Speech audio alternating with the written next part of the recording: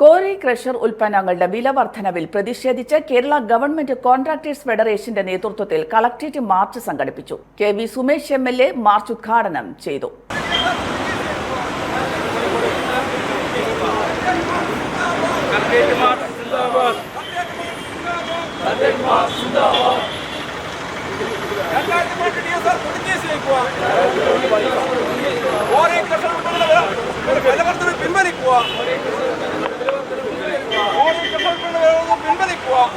ഇത് കോൺട്രാക്ടർമാരെ സംബന്ധിച്ച് വലിയ ബുദ്ധിമുട്ടുണ്ടാക്കുന്നതായിട്ടാണ് അവർ പറയുന്നത്.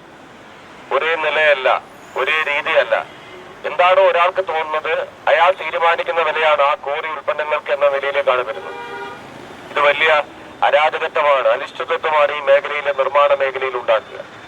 ഗവൺമെന്റ് തയ്യാറാക്കുന്ന അല്ലെങ്കിൽ എഞ്ചിൻ വിഭാഗം തയ്യാറാക്കുന്ന എസ്റ്റിമേറ്റ് പ്രകാരം ആ എസ്റ്റിമേറ്റ് ടെൻഡർ ചെയ്ത് വർക്കെടുക്കുന്ന കോൺട്രാക്ടർമാർക്ക് അതിനുശേഷം ഉണ്ടാവുന്ന വിലവർദ്ധനവ് അവരുടെ പ്രവൃത്തിയെ തന്നെ സാരമായി ബാധിക്കുകയും അവർക്ക് മുന്നോട്ട് പോകാൻ കഴിയാത്ത സാഹചര്യം ശക്തമായിട്ടുണ്ടാകുകയും ചെയ്യും.